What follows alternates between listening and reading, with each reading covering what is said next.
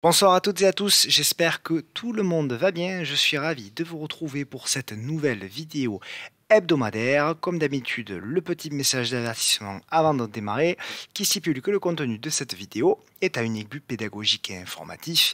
Il ne constitue en rien un conseil, vous êtes seul responsable de vos trades et de vos investissements. Pour me suivre sur Twitter, Tino-Trading, sur Facebook, le groupe du podcast de la bourse que je partage avec mes amis Matt et Laurent, et la chaîne YouTube sur laquelle vous êtes, où vous pouvez vous abonner et surtout activer la clochette pour recevoir une notification lorsqu'une nouvelle vidéo est publiée. Pour aller un petit peu plus loin, pour celles et ceux qui le souhaitent, nous avons salon formation et coaching, tout ça est sur le site pepitortrade.com. Et d'ailleurs, pour la formation que je donne, la session de formation qui a lieu du lundi 23 mai au vendredi 3 juin, donc c'est le soir de 20h à 22h, il y a 8 séances au total. Il ne reste plus qu'une seule place de disponible, donc pour celles et ceux qui veulent y participer, dépêchez-vous de vous inscrire, c'est directement sur le site pepitortrade.com. Vous pouvez également m'envoyer un message privé s'il y a des questions. On passe au programme de cette vidéo. Alors c'est un programme assez chargé, il y a pas mal de grosses caps, il y a pas mal de trucs à voir avec LVMH, Crédit Agricole, Sanofi, ALD, Reworld Media, Kering, Veolia, Eramé, Safran, AMG, Recticel, Eurofine Scientifique, Quadian, Vicat, PPOST, et puis à l'étranger, il y aura une allemande, Flatex, et il y aura deux américaines, Netflix bien entendu, et Nutrien. D'ailleurs, pour la vidéo de la semaine dernière, je tiens à vous remercier parce qu'elle a eu énormément de succès. Il y a eu plus de 2000 vues, plus de 200 likes, beaucoup de commentaires, etc. Donc je vous remercie du fond du cœur parce que ça m'aide psychologiquement, moralement à tenir et à faire tous les week-ends ces vidéos et faire ce suivi-là. Donc voilà, si vous voulez faire une petite pause sur cette vidéo maintenant, en mettant un petit like, un retweet sur Twitter, etc., ça aiderait beaucoup cette petite chaîne maison à continuer le plus longtemps possible. Merci d'avance. On attaque avec le CAC 40, comme d'habitude. Alors, le CAC 40, on reprend avec du recul, parce que tout le temps on regarde ici, là, mais ce qui compte aussi, c'est la forme globale pour comprendre un petit peu d'où on vient et là où potentiellement on va. Donc on avait un bull market qui avait démarré de décembre 2018 jusqu'au crash Covid, donc jusqu'à février 2020. On a eu le crack très violent, tout le monde se rappelle évidemment. Donc on a fait un rebond dans un premier temps technique, une congestion. Ce rebond technique a été confirmé par la cassure de la congestion par le haut. Et puis on a fait effectivement un bull run de mai jusqu'à juin, très puissant. Pour ceux qui s'en souviennent, ça avait été très violent là aussi. Et puis on a fait une longue consolidation tout l'été jusqu'au mois de novembre où il y avait eu l'annonce notamment du vaccin qui nous avait permis de déclencher une grosse impulsion et ensuite de faire un gros bull market dans un canal haussier sur lequel les bornes hautes ont été plutôt des bornes vendeuses et les bornes basses ont été forcément des zones d'achat. Et puis on a eu effectivement le sell-off suite à cause, mais il n'y a pas que ça évidemment, on a eu le sell-off de la guerre en Ukraine. Et puis on a fait un rebond très spectaculaire. Ce rebond a été consolidé dans une figure de congestion, une petite figure de congestion. Et tout ceci est dans une, pour moi, à ce stade, je garde toujours depuis des semaines le même scénario. Vous pouvez reprendre toutes mes vidéos, je n'ai absolument rien touché jusque-là. Que ce soit cette figure-là, que ce soit la grande, les flèches, etc. Je touche le moins possible pour essayer de garder une ligne de conduite. Après, on ajuste, bien évidemment, s'il y a des événements, etc. Mais à ce stade, je n'ai rien touché. Et donc, on était dans la petite figure de consolidation. Et cette figure de consolidation, eh bien, c'était lundi de la semaine dernière, nous l'avions cassée par le bas et on s'était dit que désormais, à proximité du gap qui a été ouvert, il y aurait certainement un rebond technique pour revenir, bien entendu, pullbacker potentiellement la figure. Et c'est très exactement ce qu'on a fait. Pour le coup, on ne s'est vraiment pas trompé depuis plusieurs semaines, voire plusieurs mois sur le CAC. On voit, c'est juste, donc ça c'est plutôt agréable parce qu'on voit un petit peu où on en est, on a un petit peu les niveaux. Donc, qu'est-ce qu'il va falloir surveiller la semaine prochaine? Ben, il va falloir surveiller tout simplement la réaction du CAC ici. Donc ça va être pour moi dès lundi. Hein. Dès lundi, on va voir. Alors il peut y avoir une bougie de rejet et une congestion en dessous pour pouvoir la réintégrer ensuite. Hein. Tout est possible. Mais pour moi, on n'a pas encore neutralisé ce mouvement de baissier là. Voilà. Donc on est vraiment dans le rebond technique. Et pour moi, dans un premier temps, pour neutraliser la tendance baissière, hein, juste neutraliser, il faudra repasser au-dessus des 6400 points, on va dire, 6400 points pour revenir dans la figure de congestion. Et ensuite, une fois qu'on aura neutralisé, il faudra avoir la capacité et la force de casser cette oblique au-dessus pour repasser et éventuellement relancer derrière. Donc ça fait quand même beaucoup de boulot. Effectivement, on a eu une journée extraordinaire, on a eu 2 journées vraiment très très sympas, mais on s'aperçoit que ça fait pas non plus dans des volumes absolument dingues. Donc on peut pas dire que ce soit une conviction très très forte non plus. Donc voilà, on va dire que moi, à ce stade, alors j'ai joué le rebond, hein, je l'ai dit sur Twitter, puisque je l'avais annoncé. Effectivement, je m'y attendais fortement, mais clairement, moi, ce soir, j'ai allégé beaucoup de mes positions et je suis revenu sur un niveau d'investissement à peu près de 45-50%, quoi, grosso modo, à ce stade. Pourquoi? Parce que lundi, je ne sais pas ce qui va se passer et que je préfère protéger mes positions, protéger mon capital. J'ai profité d'une petite partie du rebond technique, tant mieux. Maintenant, voilà, on verra la semaine prochaine et on aura toujours le temps. C'est ce que je veux vraiment. C'est peut-être le sens le plus important de cette vidéo-là.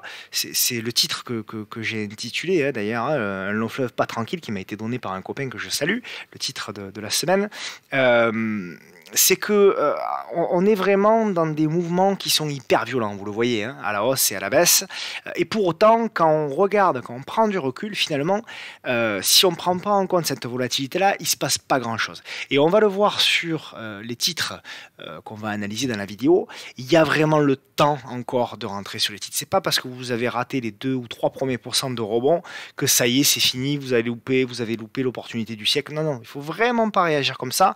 C'est un marché hyper dangereux. Si vous ne maîtrisez pas pleinement l'analyse technique, que vous n'avez pas des screeners, que vous n'êtes pas formé correctement à l'analyse technique, très clairement, je conseille de rester en dehors de ce marché-là parce que vous allez vous faire plumer et vous allez vous faire défoncer par la volatilité. Voilà ce que moi je dis, hein, je dis autour de moi, je dis au salon, je dis etc. Alors bon, sur le salon on les accompagne, donc c'est un peu différent, mais quand même. Donc il faut quand même faire extra. Vous voyez, même moi, j'hésite pas, un vendredi, après un beau rebond comme ça, j'hésite pas à alléger, quitte à reprendre peut-être plus cher dans 2 ou 3 jours, ça me gêne pas, c'est pas un problème. Donc il faut vraiment avoir conscience de ça. Point positif sur le CAC 40, c'est qu'on passe aujourd'hui au-dessus de la M10, donc ça vous savez que pour moi c'est un signal positif, donc c'est effectivement sur un point positif.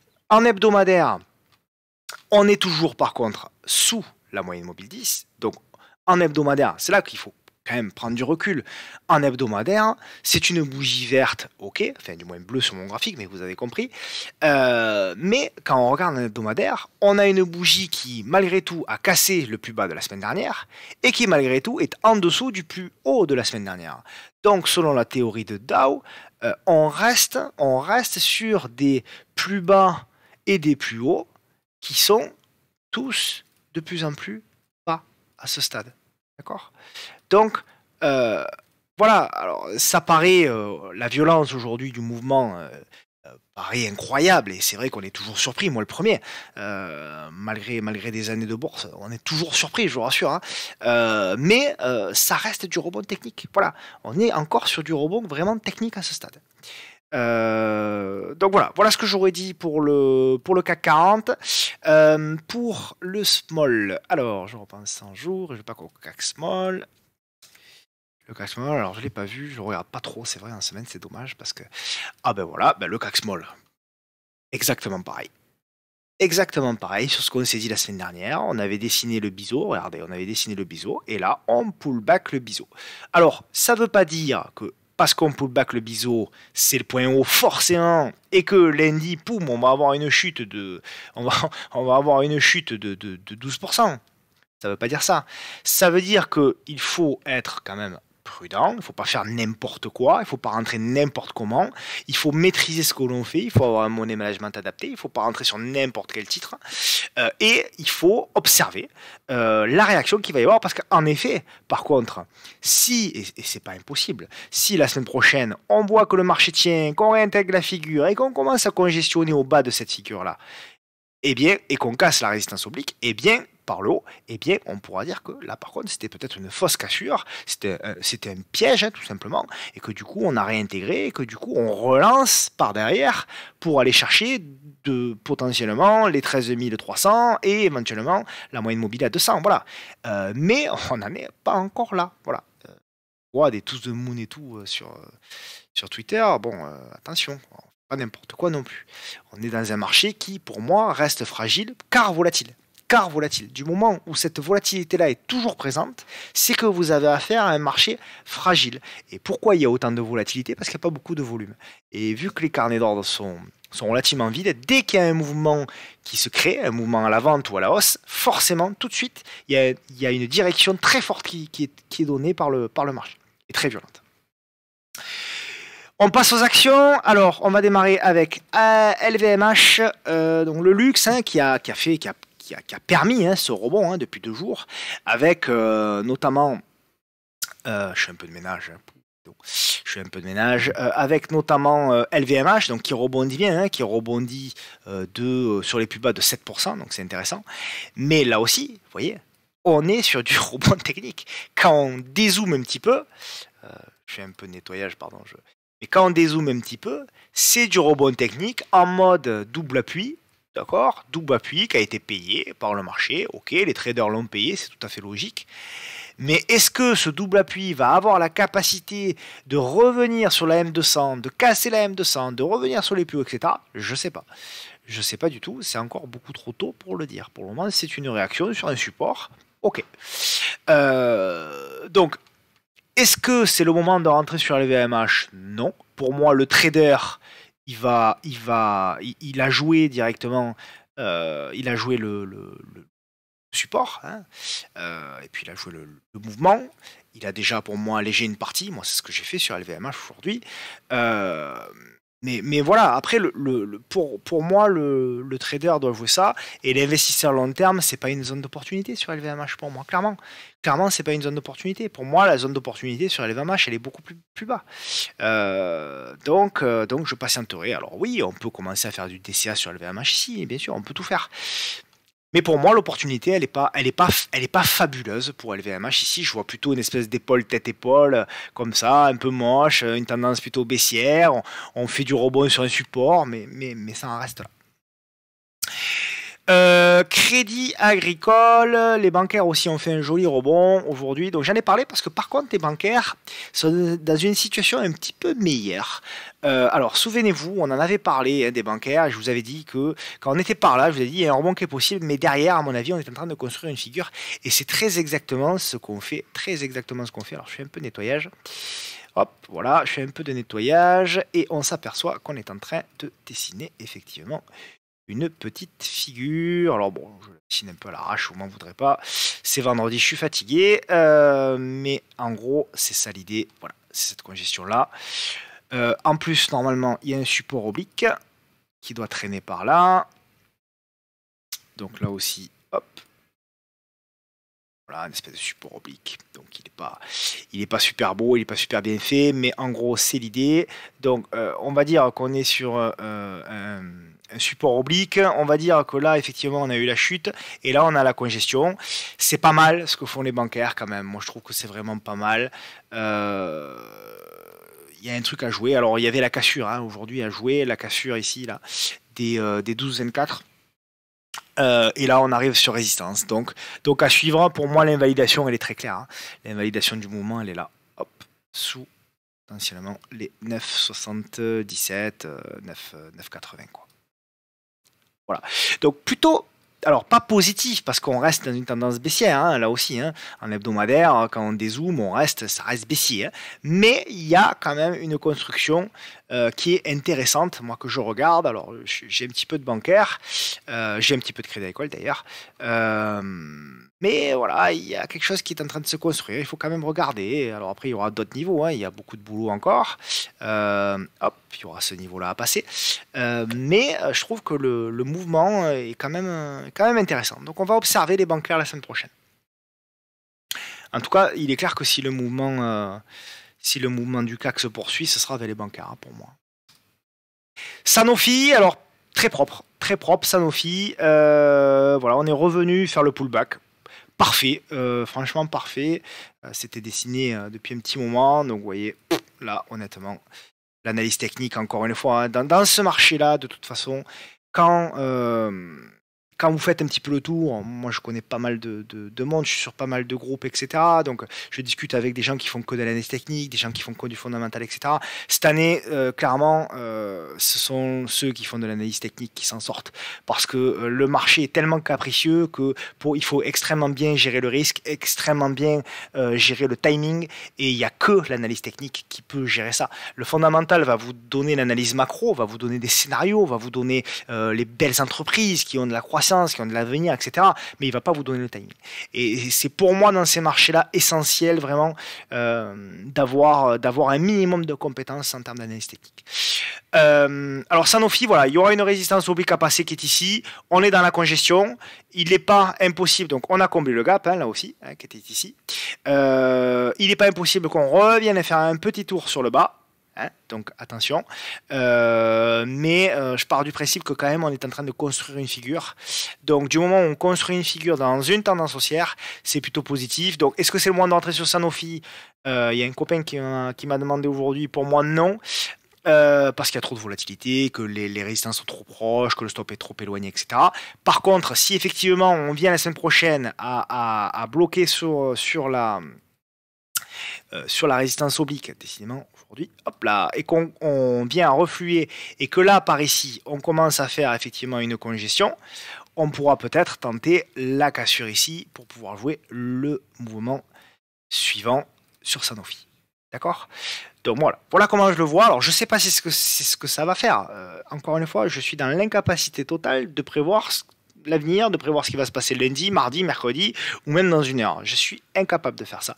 Même si des fois certains me disent « Ah mais c'est incroyable, t'es grave, c'est tombé pile au point où t'avais prévu. » Ouais, mais c'est parce que c'est des points techniques, mais c'est pas pour autant qu'on a la capacité, nous, analystes techniques, pas pour autant qu'on a la capacité de deviner l'avenir. Par contre, la capacité qu'on a, les compétences que l'on a, c'est faire des scénarios et se dire que si ces scénarios-là arrivent et qu'ils nous offrent des points d'entrée intéressants, quand je dis intéressants, ça veut dire des stops proches et des ratios gain-risque intéressants, à ce moment-là, on va rentrer.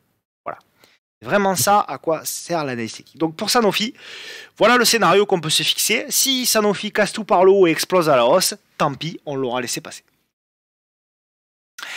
ALD, c'est une belle valeur, des chiffres intéressants sur ALD. Voilà, alors pour le moment, c'est du pullback, d'accord. Donc j'ai ce support oblique qui était ici. Hop, je vais mieux le tracer pour que vous le voulez. Alors je l'ai regardé un moment, mais j'ai jamais trouvé de point d'entrée là-dessus.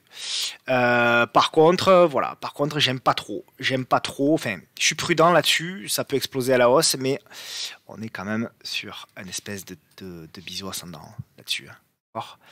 Donc, alors attention, je l'ai déjà dit, je me suis moqué d'ailleurs de ceux qui m'avaient dit que les biseaux ascendants cassaient tous par le bas. Donc je ne vais pas prendre le risque, moi, de dire que ça va casser par le bas. Ça peut très bien casser par le haut et exploser à la hausse. Mais voilà, toutefois, il faut rester prudent. Et si vous rentrez sur ALD, il faut trouver un point d'entrée avec un stop court. Alors, quel serait le point d'entrée? Potentiellement la cassure. La cassure ici des 13,70. Vous voyez cette petite mèche là? Voilà, ici là. 13,70. 13,70 et le stop. Le stop, je le mettrai, alors il n'est pas court, hein, il ne sera pas court forcément, mais je le mettrai potentiellement sous le dernier creux de la bougie, là ici, vous voyez, du 9 mai là, voilà. Sous les 12,68. Et alors les objectifs, ils sont difficiles à fixer, mais je fixerai un premier objectif sur ce plus haut là. Donc premier objectif sur cette résistance ici, clac, et si ça passe, à ce moment-là, effectivement, on ira chercher celui-ci, puis le dernier plus haut ici. Voilà. Par contre, si on repasse en dessous des 12,68, alors là, c'est que certainement on aura cassé le biseau ascendant par le bas, et là, c'est que le marché, à mon avis, sera pas beau. Et là, il faudra reprendre certainement un peu de cash et attendre d'autres signaux. Reworld, alors Reworld, belle valeur, hein, Reworld. Moi, je suis pas encore rentré, je suis pas intéressé encore. Pourquoi? Parce que, alors c'est un point, effectivement, hein, il y a eu du rebond, mais pour moi, c'est pas en termes de ratio gain-risque ce que je voulais. Donc, j'y vais pas. Alors, il y a un support oblique qui est ici. Pour moi, la zone d'opportunité, elle sera plutôt ici. Voilà. Donc, j'aimerais que le marché me valide la touchette. La touchette ici, avant de rebondir. Maintenant, encore une fois, alors j'ai vu certains qui avaient pris des positions sur Reworld Media, on peut, hein, il n'y a pas de, y a pas de souci, et c'est peut-être une bonne chose d'ailleurs. Je ne suis pas du tout en train de dire que voilà, mais on est quand même, voilà, tant qu'on est sous cette résistance oblique, je suis pas forcément je suis pas forcément. Alors ouais, il y a un petit biseau là, ok. Mais voilà, tant qu'on est sous la résistance oblique, ça me plaît moyen. Et même si on la casse, il n'est pas évident que ça tienne. Et pour moi, il y a quand même une probabilité pour qu'on revienne un petit peu plus bas. Donc voilà. Donc en gros, je reste à l'écart. Sur ce niveau-là de prix là, ça ne m'intéresse pas vraiment. Ou alors il faudrait vraiment que je trouve un point d'entrée pas cher, etc. Donc pour le moment, ça m'intéresse. Hein, le titre m'intéresse. Et pour le moment, je reste à l'écart. Ça ne veut pas dire que ça ne va pas exploser. Hein. Encore une fois, je ne vais pas vous refaire ce que je vous ai dit tout à l'heure. Kering. Alors, Kering, on en parle depuis un petit moment. Hein. Alors, elle a fait une belle journée. Pas extraordinaire, mais elle a fait une belle journée. Ce qui est intéressant sur Kering, hop, je vais un peu le... Hop. J'avais tout effacé, j'avais un canal et tout. Bon, c'est pas très grave. Bon, je peux le retracer. J'avais un canal qui était ici, qu'on a enfoncé. Et là aussi, attention quand même. Hein, parce que vous voyez, on a ce support oblique qui avait fait touchette ici, on l'a cassé. Attention quand même à ce qu'on ne fasse pas tout simplement un petit pullback. Et là, s'il y a une réaction négative, alors si on réintègre, très bien. D'accord, parfait. Par contre, si on a une réaction négative sous cette zone, il faudra faire attention. Ça reste très baissier, très très baissier même. On est encore sous plein d'obliques. D'accord. On a une moyenne mobile 10 daily qui est toujours au-dessus de la tête. On a une moyenne mobile 10 hebdomadaire toujours sur la tête.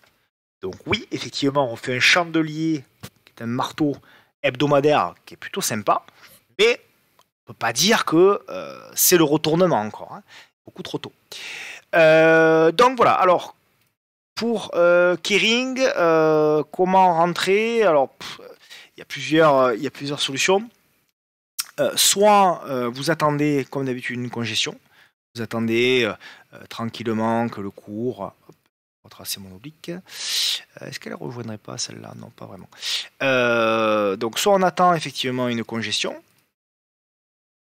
et effectivement, lorsque cette congestion sera cassée par le haut, vous tenterez de rentrer.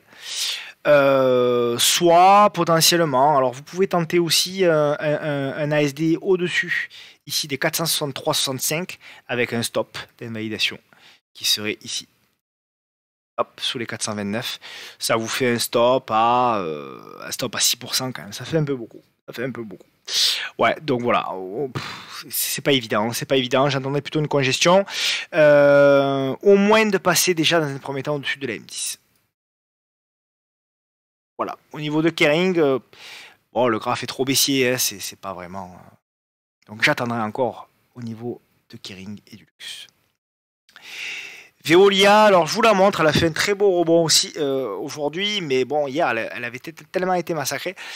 Mais c'est du rebond technique. Pour moi, c'est du rebond technique. On est vraiment dans quand même une dégradation. Voilà, alors voilà, on a fait effectivement, il y avait un support, hein, il y avait un support qui était ici, ok, on a fait le rebond dessus, mais des supports, vous voyez, j'en ai tracé d'autres, il y en a plein d'autres. Donc, donc ça reste du rebond, on est sous la M10, toujours. En hebdomadaire, on est toujours sous la M10, d'accord. Donc honnêtement, moi, à ce stade, j'ai pas forcément d'avis positif sur Veolia. J'ai fait, moi, le rebond, hein, sur Veolia, je l'ai joué, mais j'ai soldé ce soir parce que j'estime que c'est encore du rebond technique et que voilà, c'est pas assez construit. Je préfère sortir et voir un petit peu la semaine prochaine si on a des constructions un peu plus intéressantes. Donc voilà, sur Veolia, alors ça veut pas dire qu'encore une fois c'était pas le point bas, hein, peut-être que c'était le point bas, mais ça veut dire que bah, pour moi, j'ai pas encore assez de signaux acheteurs malgré le rebond. Et ramé, hop là, et ramé. Là voilà. Donc on est sur un support. On est sur un support, on essaie de construire, on essaie de faire quelque chose. C'est un peu plus intéressant, Eramé. C'est un peu plus intéressant. Pourquoi? Parce que là, on est dans la situation où, en effet, on a une réduction de la volatilité. Alors, effectivement, on est dans un trend court terme baissier. Par contre, ce qui est très intéressant, c'est on fait une congestion sous la M10. Donc, là, en effet, on pourrait se dire que éventuellement la semaine prochaine, si le titre avait la capacité de repasser au-dessus des 122 € et au-dessus de la M10, on pourrait pourquoi pas tenter quelque chose avec un stop là aussi relativement court, puisqu'on aura un stop sous cette bougie-là, sous le dernier creux qui est à 114 et quelques euros. Et là, en effet, on aurait un ratio gain-risque intéressant, puisque par exemple, si on allait chercher, je sais pas moi, allez, on va dire ce niveau-là, vous voyez, c'est un niveau ici qui avait fait résistance. Ce niveau-là et potentiellement les derniers plus hauts. Vous voyez, on a un risque qui est de ça, d'accord.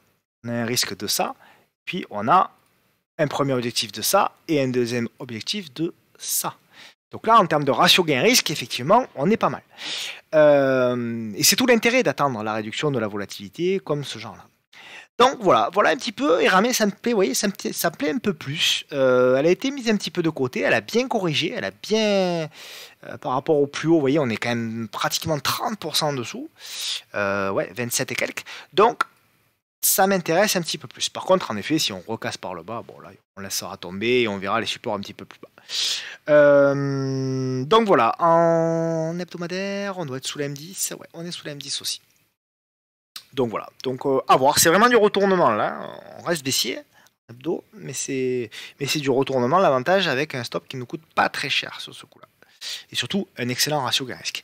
Safran, alors j'en ai pris un petit peu, Safran, parce que j'avais cette zone là, mais c'est du rebond, hein, c'est du rebond, là c'est du pur rebond. Vous voyez, on avait une grosse zone, alors elle a été tracée de manière grossière, mais voilà, on avait cette zone un peu de rebond, quand il fait rebond ici, rebond ici, rebond ici. Je vais vous mettre des petites flèches, hop. Rebond ici, rebond ici, rebond ici, rebond ici. Voilà, c'est du rebond technique. Je pense qu'on peut aller. J'ai gardé, hein, par contre, Safran, parce que je pense qu'on peut aller pullbacker la zone ici. Voilà, qui était une zone ici de support. Je pense qu'on peut revenir dessus. Par contre, là, je serai sur un niveau d'allègement, clairement. Je serai sur un niveau d'allègement un petit peu plus serré. Même si j'ai déjà des stops au plus, je pense que si on arrive ici, sera un niveau d'allègement. Donc ça fera pas grand chose à faire honnêtement. Il y a un niveau potentiellement pour les investisseurs hein, qui est un petit peu plus bas. C'est toute cette zone là, la zone des 90 pour moi. 90, 87, je l'avais donné hein, déjà, cette zone là. À partir du moment où on casse les 91 en dessous, toute cette zone là, c'est une zone potentiellement où vous pouvez commencer à accumuler si la valeur vous intéresse pour du long terme. AMG, alors c'est bien cassé la gueule, hein, AMG. Donc elle est là, voilà. Donc là c'est du trading. Hein. Donc, je l'avais proposé sur Twitter, j'avais dit qu'on était sur une zone de support. En effet, il y a eu un rebond technique. Hein. La mèche d'hier était plutôt pas mal, une belle mèche de Roger. Aujourd'hui on confirme. Maintenant il y a encore beaucoup de boulot. Il va falloir qu'on repasse dans un premier temps ici. Hop, les 30-30 et après on verra. Après, il y aura potentiellement une résistance oblique. Donc là, il y a du boulot encore sur AMG. Mais effectivement, voilà, c'est un peu comme Eramé, hein, c'est un peu comme Eramé. On peut se dire que si on casse les 30-30, pourquoi pas jouer avec un stop ici sous les 28 et un RR qui serait potentiellement très bon, parce que si on croit que le marché va se relever, je pense que MG se relèvera aussi, et pourquoi pas casser les 30-30, venir faire une petite congestion ici, casser la résistance oblique ici et repartir par le haut. A contrario, si on recasse par le bas les 28, notamment en clôture, pour moi, il faudra faire gaffe. Donc voilà pour AMG. Recticel, c'est un canal haussier. Et on a fait un marteau sur la M200. Voilà, c'était ça. Donc, pas grand chose à faire. Je l'ai joué, moi. J'ai joué le marteau. Vous voyez, j'ai remonté mon stop sous la bougie, mais c'est vraiment très anticipé. Hein. C'est vraiment très anticipé. On est encore dans quelque chose de très prématuré. Il y a un gros gap ici à combler, donc on verra la semaine prochaine. Clairement, moi, si je vois qu'on repasse en dessous des 17,60 €, je pense que je clôturerai ma position. Le moyen termiste, il va être un petit peu moins agressif que moi, hein. Il va mettre un stop sous la bougie ici, sous les 17,28 €. Et après, celui qui cherche des opportunités, il va aller mettre une épuisette dans le gap à combler. Voilà. Il va se dire que si le marché à un moment donné fait un dip la semaine prochaine, tout est possible, hein, donc je préfère aborder tous les scénarios possibles, et après vous verrez, hein, puisque je vous ai qu'une fois par semaine, donc je préfère vous donner plusieurs scénarios, et comme ça vous ne serez pas surpris. Si la semaine prochaine effectivement ça repart, bon, mais parfait. Si la semaine prochaine il y a un dip du marché, je pense qu'il faudra aller chercher dans le gap. Eurofin scientifique, pareil, rebond technique. Hop là, le voilà, rebond technique. Donc là, vous voyez, on est vraiment. Alors, on en avait parlé, hein, souvenez-vous, ça devait être par là, et on avait dit qu'il fallait jouer potentiellement la cassure des 95, 82 ou 92. Ça n'a pas été fait, donc j'efface tout ça. Hop là, et on est revenu en arrière. Tout ça, ça a été bien moche. Donc là, on fait du rebond technique. Voilà, on fait du rebond technique. On fait une figure de retournement qui est pas mal, hein, qui est pas mal non plus, hein, mais encore une fois, c'est très prématuré. On casse la résistance oblique, c'est plutôt pas mal quand même. Voilà, et il y a là aussi une espèce de bisou. Donc, c'est prématuré, mais c'est pas mal. Il va falloir observer Eurofin scientifique. Là aussi, ça va être en fonction du marché. Si vous voyez que les indices repartent à la hausse, qu'on commence sur le CAC à réintégrer la figure du haut, que les indices américains se tiennent, etc., je pense que clairement, le marché va jouer le rebond sur Eurofin scientifique. Et à ce moment-là, il faudra peut-être regarder d'aller chercher la moyenne mobile à 200 jours. A contrario, à nouveau, si on recasse les 80 €, les 79,44 plutôt, il faudra faire très attention. En tout cas, c'est un titre qu'il va falloir suivre la semaine prochaine, puisque vous voyez, la figure est pas mal. On avait un biseau descendant cassé par le haut, congestion violente, et on refait une tentative de cassure par le haut. Donc plutôt pas mal. On repasse au-dessus de la M10, je pense. Ah non. Non, on bloque sous la M10. Moyen moins. Moyen moins du coup. Donc il faudra repasser la semaine prochaine la moyenne mobile 10. En hebdo, voilà, il y a encore de la marge, hein, sur la tête. Il y a encore du boulot à faire. Bah, c'est la même figure, je pense, que j'avais tracée, hein, en daily. Ouais. Ah non, c'est pas la même. C'est pas la même. C'est intéressant de la tracer celle-là aussi, parce que je pense que l'oblique, on la verra. Donc vous voyez, il va falloir casser cette figure par le haut, revenir. Hop, je vais vous faire le petit. Il va falloir casser la figure, revenir sur cette oblique et potentiellement la casser pour vraiment relancer le schmilblick. Il y a du boulot, mais à observer quand même. Donc la semaine prochaine, Eurofin scientifique. Quadient, alors on a fait le faux breakout, comme d'habitude. Évidemment, on a fait le faux breakout, donc je l'avais montré sur Twitter. Il est là, mon petit faux breakout. Et puis, eh bien, on est en train de refaire une nouvelle tentative. Alors, ceux qui connaissent le setup du faux breakout, tiens, je pense à Xavier, que j'ai vu cette semaine. Xavier, on a parlé du faux breakout, donc le setup pour entrer, il est assez évident là-dessus. Sur Quadient, on va voir la semaine prochaine, et on va voir si Quadient aura la capacité de passer ce niveau-là. Voilà. Hop. Donc le niveau des 78-71. En tout cas, c'est pas mal. On en parle depuis un petit moment, hein, Quadian. Hein, donc, c'est pas mal. On a quand même une figure de retournement. Je vais observer Quadian la semaine prochaine. J'en avais, j'ai vendu au Fofo Breakout, mais je l'ai pas suivi. J'aurais dû parce que c'est vraiment pas mal là. On verra la semaine prochaine. V4. Alors tiens, V4, ça fait un moment qu'on l'a pas vu. Vous savez que je l'aime beaucoup.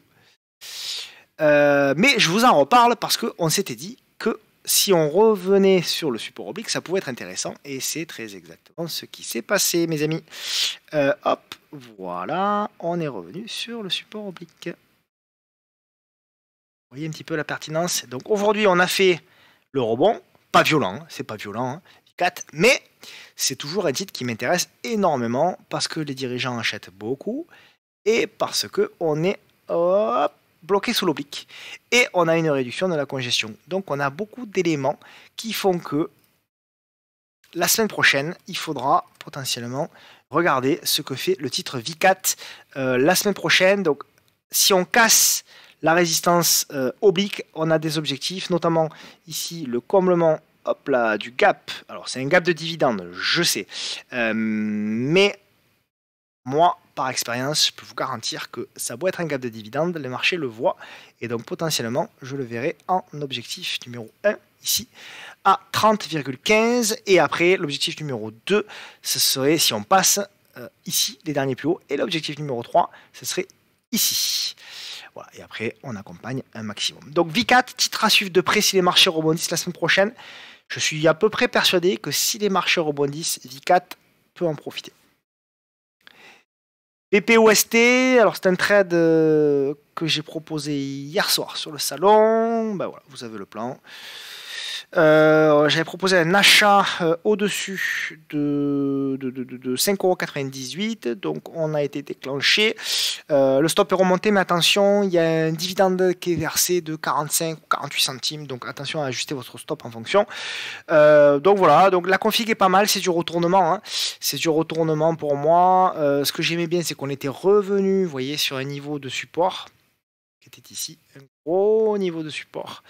Et la réaction était plutôt pas mal ici, donc on avait loupé, réduction de la, donc le rebond, réduction de la volatilité sur deux bougies avec un double top. Vous vous souvenez, la semaine dernière, je vous ai expliqué que les doubles tops, c'est des choses qu'il fallait regarder. Et là, on avait un double top ici, double top à 5,98 là. Et donc, voilà, on jouait la cassure du double top avec un stop que l'on remonte sous le creux d'aujourd'hui, pour prendre un risque encore plus faible que hier. Donc ça, c'est très très intéressant, puisque du coup, on n'a plus qu'un risque de 1,25. Donc, on va dire quasiment un stop cadeau.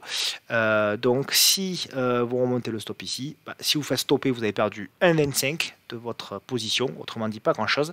Par contre, si ça part à la hausse et que c'est bien un retournement qui est acté, et bien là par contre on a des objectifs, vous voyez, qui sont assez intéressants, puisqu'on a des objectifs maintenant qui sont à 2,73 du prix d'aujourd'hui, hein.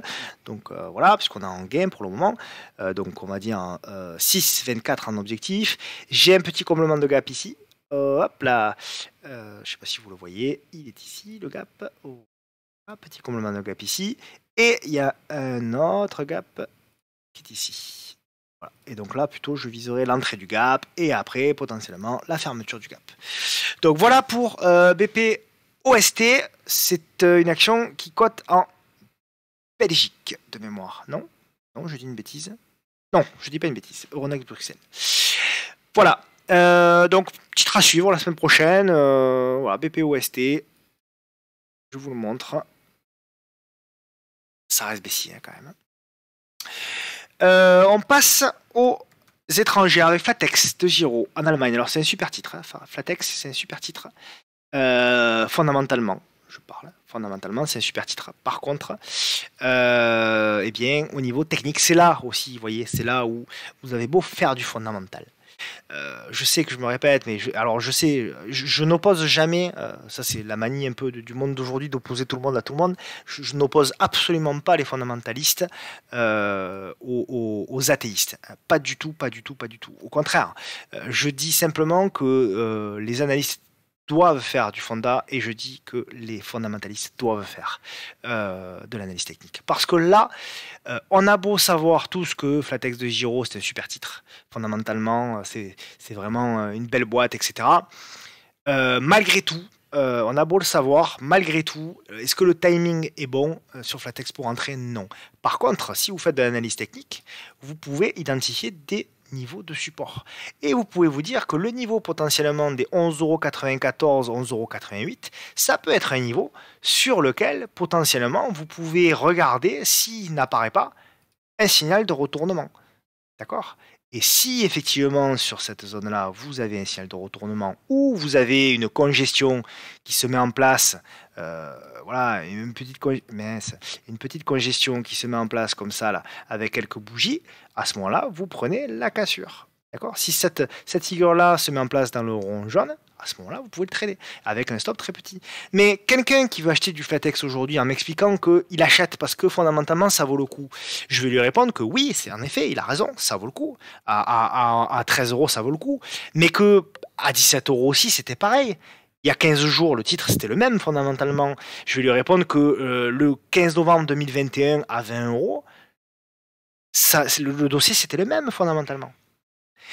Donc voilà, par contre, effectivement, le mec qui fait aussi de l'analyse technique, il va voir qu'on a pullbacké les moyennes mobiles à 200 et qu'elles ont été rejetées. Donc lui, il va dire non, mais moi, le titre m'intéresse fondamentalement, oui. Moi, c'est le cas. D'ailleurs, je le surveille de près. Je suis toujours pas rentré. Ça fait des semaines que je le surveille, mais je suis toujours pas rentré. Mais par contre, effectivement, si je vois que j'ai une opportunité de rentrer par là avec un signal de retournement, avec un stop pas très cher, etc., croyez-moi bien que je vais le faire. Et ça, c'est que l'analyse technique qui va vous le donner, le timing. D'accord? Donc, encore une fois, n'hésitez pas à vous former là-dessus parce que c'est vachement important.